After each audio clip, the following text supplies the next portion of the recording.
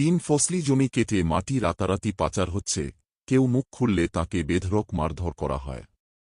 তাই এক প্রকার নীরবে তৃণমূল নেতা ও তার সাগরেদদের মাতব্বরি সহ্য করে যাচ্ছেন এলাকার মানুষ। প্রতিবাদ করলে চলে মারধরও অভিযোগ। একাধিক দপ্তরে মাটি পাচারের অভিযুক্ত নেতা দল দ্রুত ব্যবস্থা নেবে জানালেন জেলার সভাধিপতি।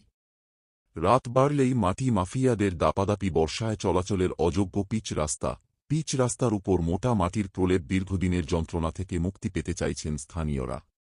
ঘটনাটি দেগঙ্গা এক গ্রাম পঞ্চায়েতের হাসিয়া এলাকার। স্থানীয় সূত্রে জানা গিয়েছে, দেগঙ্গার হাসিয়া এলাকায় রয়েছে কয়েকশো বিঘা চাষযোগ্য জমি। বছরে 3 বার জমিতে চাষাবাদ হয়।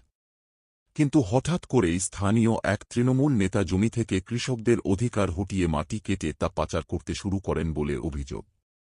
কখনো ইটভাটায়, কখনো জলাশয় ভরাটের জন্য তা ব্যবহার করেন ওই নেতা। বড় বড় গাড়িতে করে মাটি নিয়ে যাওয়ার কারণে রাস্তা বেহাল। গোটা পাকরাস্তা পরিণত হয়েছে কাদার রাস্তায়। সম্প্রতি এক কৃষক এই কাজের প্রতিবাদ করতে গেলে তাকে বেধড়ক মারধরের ফলে হাসপাতালে ভর্তি হতে হয়, পাশাপাশি প্রাণে মেরে ফেলার হুমকি দেওয়া হয়। কীর্তিমান ওই তৃণমূল নেতা, দেগঙ্গা ব্লক তৃণমূল দাপুটে নেতা। আতঙ্কে এলাকার মানুষ প্রকাশ্যে এ নিয়ে মুখ খুলতে পারেন না। স্থানীয় বাসিন্দারা নাম না প্রকাশ্যে শর্তে বলেন, তৃণমূলের এই নেতা নিজের ক্ষমতা কায়েম করে এলাকায় যা নয় তাই চালাচ্ছেন। কিছু বলতে গেলেই প্রাণে মেরে ফেলা ছাড়া আর কোনো কথায় বলেন না। যেভাবে রাতের অন্ধকারে মাটি কেটে তা পাচার হয়েছে, তার জন্যই হাসিয়া গুরুত্বপূর্ণ রাস্তা বেহাল অবস্থায় পড়ে রয়েছে। ঝুঁকি নিয়ে যাতায়াত করতে হচ্ছে মানুষকে। এই নেতার বিরুদ্ধে মুখ্যমন্ত্রী মমতা বন্দ্যোপাধ্যায়, সাংসদ অভিষেক বন্দ্যোপাধ্যায়ের দপ্তর সহ জেলা প্রশাসনের দপ্তরের অভিযোগ জানানো হয়েছে, কিন্তু কোনো কাজই হয়নি। উল্টে ওনার মাতব্বরি বেড়ে গিয়েছে। এ বিষয়ে অভিযুক্ত তৃণমূল নেতা সমস্ত অভিযোগ অস্বীকার করে বলেন, এই ধরনের কাজ তার এলাকায় হয় না। রাস্তাটি যাতে ভালো হয় তার জন্য বিভিন্ন দপ্তরে জানিয়েছি। আমি মাটি পাচার করছি বা কেটে বিক্রি করছি সেই তথ্য আপনাদেরকে দিয়েছে, তার ফোন নাম্বার দিন। এ নিয়ে উত্তর 2-4 পরগনা জেলা পরিষদের সভাধিপতি নারায়ণ গোস্বামী বলেন, ওই নেতার বিরুদ্ধে আমাদের কাছে অভিযোগ এসেছে।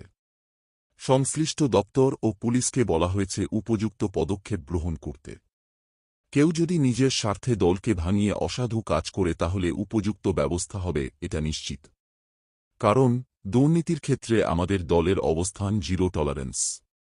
এলাকায় সবথেকে সমস্যা হচ্ছে যে কৃষি জমিগুলো দীর্ঘদিন ধরে কেটে কেটে মাটি কাটছে।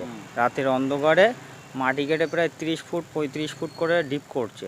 পাশের যেসব চাষি জমিগুলো আছে ধস লেবে ক্ষয়ক্ষতি হচ্ছে প্রচণ্ড। তাতে কৃষি জমি কিছুই থাকছে না।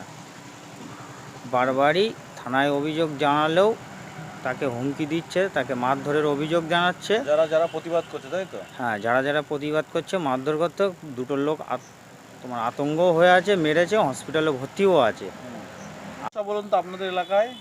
আমাদের এলাকায় সমস্যা বলতে হাসিয়া গ্রাম আমরা বাস করি। এখানে গত 5 বছর ধরে মাটি কাটা হচ্ছে। মাটিটা কাটছে গ্রামেরই ছেলে, দেগঙ্গা পঞ্চায়েত সমিতির কর্মাধ্যক্ষ, বনভূমি কর্মাধ্যক্ষ। ওর নাম হচ্ছে রবিউল বিশ্বাস। ও এই মাটিটা কাটছে। প্রায় 100 বিঘা জমি হয়ে গেছে, যে মাটি কাটা হয়ে গেছে ওর। কৃষি জমি গতকালকে মারধর করা হয়েছে। গত কয়েকদিন আগে মারধর করা হয়েছে একজনকে, এমনটাই অভিযোগ উঠে আসছে যে নবান্নে জানিয়েছে মুখ্যমন্ত্রীর কাছে, তার পরবর্তী সময়ে তাকে মারধর করা হয়েছে। আমার এরকম বিষয় কিছু জানা নেই, কারণ আমার এখানে কোনো মাটি কাটাই হয় না। আমার এখানে কোনো মাটি কাটাই হয় না। এরকম অভিযোগ আপনার বিরুদ্ধে তো দেগঙ্গা এই মুখ্যমন্ত্রীর নবান্নের দপ্তরে ইতিমধ্যেই হয়েছে। এটা কি মিথ্যে অভিযোগ? না, সম্পূর্ণ মিথ্যে। এখন বিশেষ করে এই 4 মাস বর্ষা চলছে, বর্ষায় কোনো নেই আর কোনো মাটি আমার এখান থেকে কাটা হয় না। এই মারধরের অভিযোগ উঠছে আপনার বিরুদ্ধে? ও সম্পূর্ণ ভিত্তিহীন। কোনো মারধর হয়নি, এলাকা পুরো শান্ত, কোনো জায়গায় কোনো সমস্যা নেই। যারা অভিযোগ করছে, যারা অভিযোগ করছে তো কারা অভিযোগ কোথায় করছে কি আমি তো কিছুই জানি না। কি আমার গ্রাম তো শান্ত, আমার কাছে তো কোনো অভিযোগ নেই। এরকম কি কোনো আমি তো বিষয় রয়েছে? আমি তো গ্রামেই আছি। রাজনৈতিক ভাবে আপনাকে করার জন্য এই অভিযোগ করা হচ্ছে? রাজনৈতিক ভাবে কারা কিভাবে কোথা থেকে কি করছে না করছে কিছুই জানি না। এখানে মাটিও কাটা হয় না, মানে এখানে কিছুই হয়নি। আপনার বিরুদ্ধে সমস্ত ওঠা অভিযোগ মিথ্যে বলছেন, তাই তো?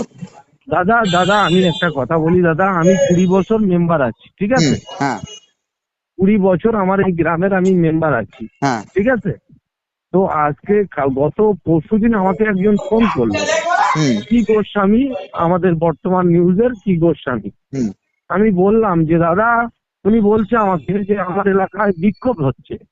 আমি বললাম দাদা, আমার এলাকায় আমার এখানে 900 ভোট পোল হয়েছে। আমার আপনার টোটাল আমাদের গ্রামের বুথের ভোট হচ্ছে 980টা। আমার 904টা ভোট পোল হয়েছে, 830টা ভোট আমি পেয়েছি হুম আমার গ্রামের মানুষ এই লোকসভা নির্বাচনে। আর আমি 20 বছর ধরে মেম্বার। আমি গ্রাম পঞ্চায়েতের 2 টার্মসের মেম্বার ছিলাম, গত টার্মসে পঞ্চায়েত সমিতি ছিলাম, এই টার্মসে পঞ্চায়েত সমিতির মেম্বার, ঠিক আছে? এখন আমি বনভূমির কর্মাধ্যক্ষ। হুম এবার কারা ইন্টেনশনালি কোনো মানুষ যদি কারোর সাথে গিয়ে বলে আপনারা আসুন আমার গ্রামে আসুন, এসে দেখুন কোথায় মাটি কাটা হচ্ছে, হুম কোথায় কি হয়েছে, আমার গ্রামে আসুন আপনারা, হুম কেন? গতকালকেই আমি শুনলাম, তো পুলিশকে যা ডাইরেকশন দেওয়ার সেটা আমরা দিয়েছি। পুলিশকে দেখবার জন্য অনুরোধ জানিয়েছি যে আপনারা বিষয়টা দেখুন। আর দলের পক্ষ থেকে আমরা দলের ওপর মহলকেও বিষয়টা জানাবো। ওখানে পার্টির যে ব্লক প্রেসিডেন্ট আছে তাকেও আমরা বিষয়টা দেখার জন্য বলেছি। এবং এই যে 4D অ্যাক্ট লঙ্ঘন করা, এটার জন্য একটা স্পেসিফিক মামলা হয়।